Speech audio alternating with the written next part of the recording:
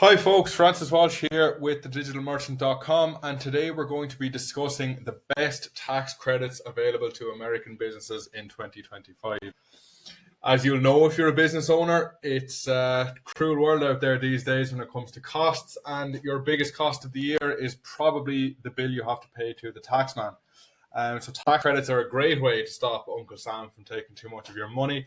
But there is a lot to be aware of in terms of potential pitfalls, eligibility requirements, filing requirements, all that kind of thing. So it's worth exploring in a little bit of detail if you are considering it. So we'll start with the ERC, or the Employee Retention Credit. This is a huge potential windfall for American businesses in 2025. Basically, it's a COVID era incentive for businesses that kept employees on their payroll in 2020 and 2021. Specifically, the first 3 quarters of 2021. It doesn't apply to the fourth quarter. It does apply to the whole year of 2020.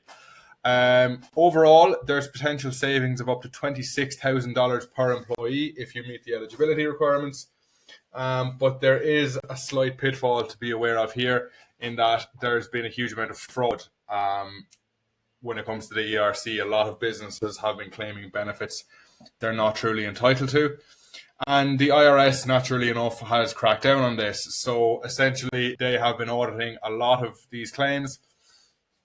And so if you're thinking of submitting a claim, you need to be aware that this is a serious risk. You could get landed with penalties, and no business obviously needs that. Another issue to be aware of here is that there are a huge amount of backlogs because there have been so many claims. I think late last year, the IRS said that there were well over 1 million claims outstanding, and that a lot of people had been waiting more than a year to get their money. So that's another factor to be aware of.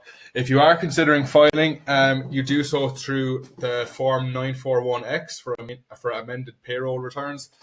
So it's an existing form that you may be familiar with, but there are quite a few complications still to be aware of with it. So now we'll move on to the R&D Tax Credit. This is one of my favorite tax credits that I'm covering here because it's just very poorly understood by the majority of businesses.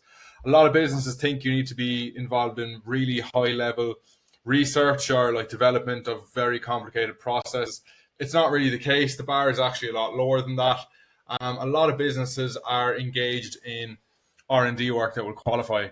So if you are engaged in any sort of R&D, whether it's product development, process improvement, even developing a piece of software, that can qualify. So a lot of businesses are doing this type of work and can therefore benefit from this credit. The potential savings come as a percentage of the qualified expenses. So that can be employee wages that you pay for R&D, contractor expenses, and any materials or anything like that as well that get used up in the process. You can claim a percentage of those back. You file using Form 6765, and obviously keep detailed records of any money you're spending on R&D, so that you can claim it all back when the time comes.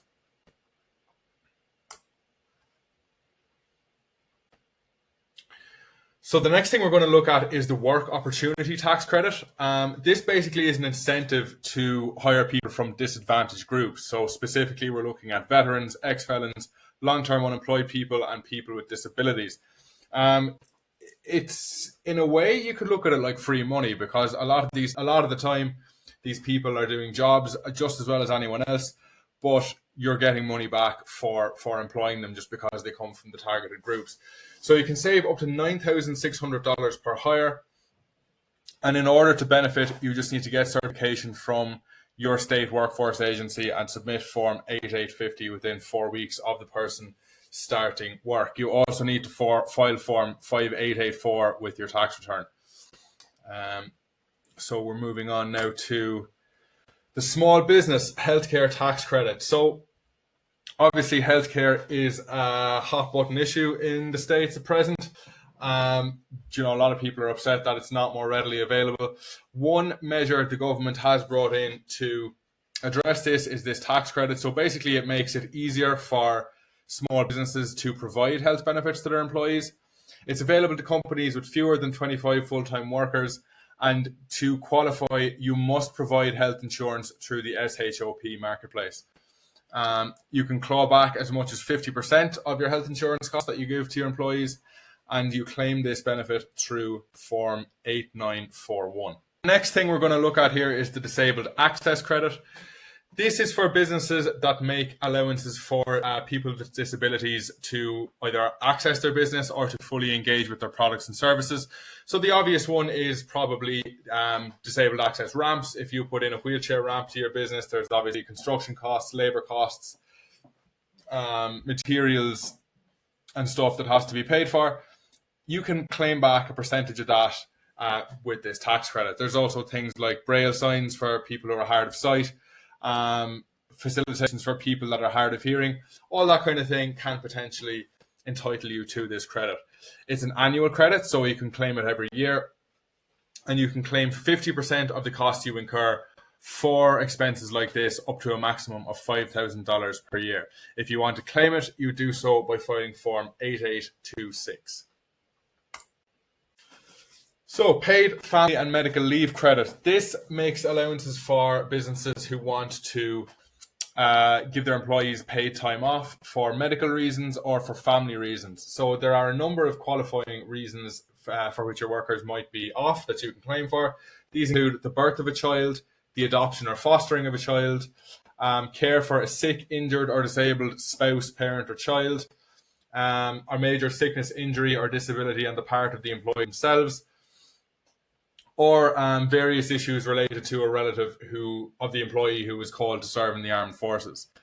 So in order to qualify, you must provide at least 2 weeks of paid leave to the employee at least half pay. You can claim back up to between 12.5% and 25% of the wages paid for this leave, and you claim it by filing Form 8.